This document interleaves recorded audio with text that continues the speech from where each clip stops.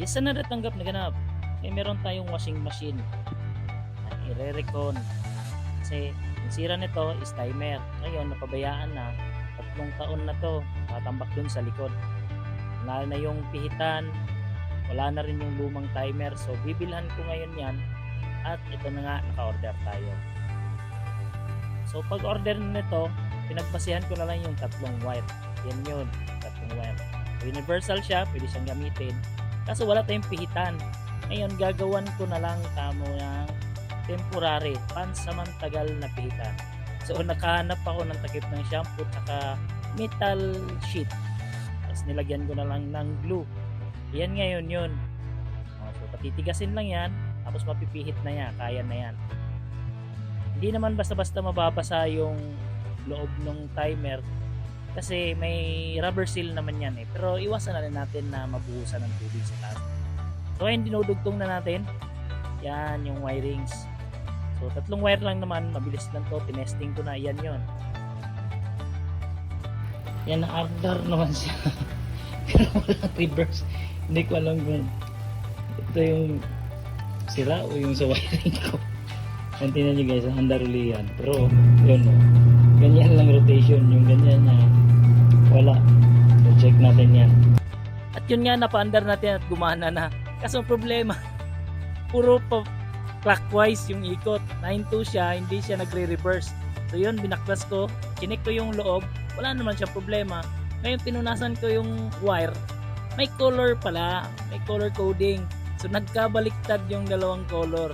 Yan o, yung kulay brown na wire, may dugtong ko sa yellow.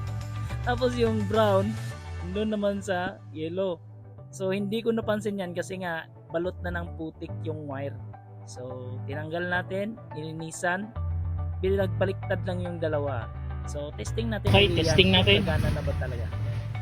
So temporary muna, open muna yung dugtong. So pihit clockwise. Ikot ka sana. Ikot lang. Stop. Reverse. Yun. Okay. Oh. Ito na mga problema. Na yan. Nagkabaliktad. Hayop. So yun na nga. Baliktad. Hayop. Yan o. So open pa siya. Yan. Reverse na. So at least nagamit pa rin natin yung washing na yan. At yun na nga. Gumana na. So ayos yung gawa natin. At mapapakinabangan pa rin natin yung washing machine na to. So sa tagal na yon, nung na-check ko kasi yung makina, ayos na ayos pa talaga eh. So final ko nang nilagyan ng glue yung one para mapihit na talaga na maayos at hindi mabunot. So yan ngayon yan.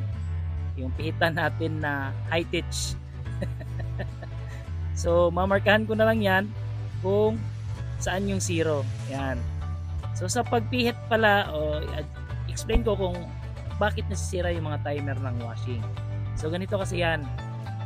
Pagka ginalaw mo yan na pinaikot mo, ang pihit niyan pa clockwise yan. Kaso, problema sa iba, pag gustong tumigil na o matatagalan sa 15 minutes, yan, saksak natin. Yan o, naikot. Ngayon, pag pinihit mo yan at antayin mo talaga na babalik siya sa zero. Ngayon, kung gusto mo talagang tumigil na, hinto na yung washing, bunutin mo na lang yan yung switch. Huwag mong ipihit pabalik sa zero kasi maglolos yung spring. Napakaliit lang at maraming mga gear na maliliit dyan sa loob. Kaya nasisira yung mga yung timer ng washing. So ngayon, pinainal ko na ng linis, tanggalin lang yung panganay na dumi. Yung sa loob talaga, may na-stack kasi yan na yung lumang tubig, na stagnant siya, so hindi ko makuha yung puti sa loob. So labas lang yung medyo nakuha na natin ng maruming panganay na marumi lang kinuha natin dyan. Kita nyo, so ayos na, all goods na, magagamit pa at mapakinabangan pa. So sa mga wala pang alam, at least makita yung video na to, sana'y may makuha kayong konting kaalaman kung paano gagawin nyo man. Kasi sayang din naman magbabayad ka ng labor, kaya mo naman, kaya yan, DIY na, wala. Kung hindi man to gumana nung ginawa ko pa, magagamit ko pa rin naman ng motor.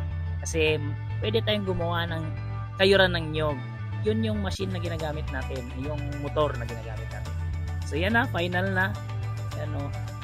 Ipigilan natin, subukan natin pigilan at ayaw talaga at malakas talaga yung motor ng washing. So yun lang. Thank you for watching and Team Machinist at your service.